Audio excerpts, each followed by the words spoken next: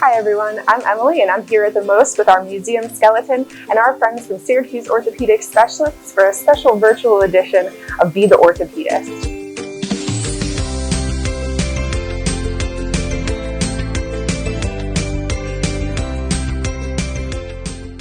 While some doctors know a lot about a lot of different kinds of medical problems, specialists focus on one particular type of problem. Orthopedic specialists focus on injuries and diseases in our musculoskeletal system. That's our muscles, joints, and bones. To find out a little bit more about how this works in practice, we recently had a visit from our friend Anna, a registered nurse at Syracuse Orthopedic Specialists. Yes, at SOS, we treat many different problems, ranging from new injuries of fractures and lacerations, to congenital disorders, problems that you are born with, to acquired issues that develop over time from work and sports. Our goal is to treat your pain and to help you feel better. Sometimes we do this by putting you in a brace or a cast, ordering physical therapy or other special tests, or sometimes even doing surgery. Our goal is to help you feel better. So orthopedic specialists do a lot of really important work. But to be an orthopedist, you have to understand how your muscles, bones, and joints all work together in combination. So today we're going to talk about how this works with relationship to one specific part of your body, your hands. To get us started, Anna will tell us a little bit about how our hands work. The muscles that move your fingers and thumb are in your forearm. These long ropes, called tendons, extend through tunnels and into your wrist and palm to your fingers and thumb. When the muscles in your forearm want to move your hand and fingers, they pull on the tendons to move the bones in your hand and fingers. The hand is a very neat and complex machine.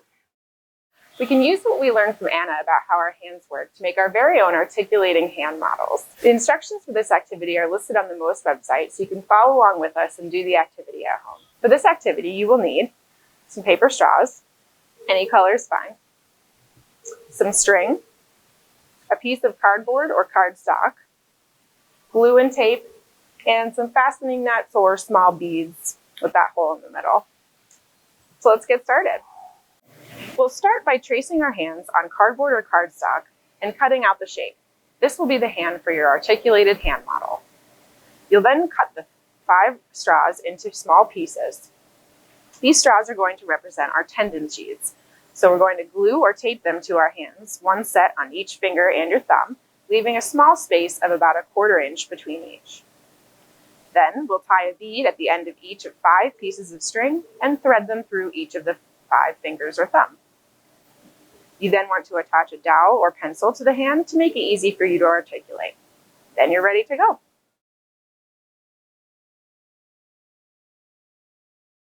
So you can see how the muscles in your forearm make the fingers work. The strings, which are the tendon, extend from the forearm to the end of each finger, and this is what allows the fingers to bend and allow you activities of waving to a friend, picking up a ball, or giving a thumbs up.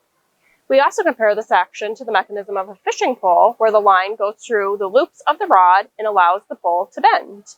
We at SOS like to make sure that all of these different pieces are working correctly. Again, feel free to visit our website at most.org for instructions for this activity and tons of other cool resources. A huge thank you to Anna and our friends from SOS for helping us learn today. You can find out more about the work they do at sosbones.com. See you next time.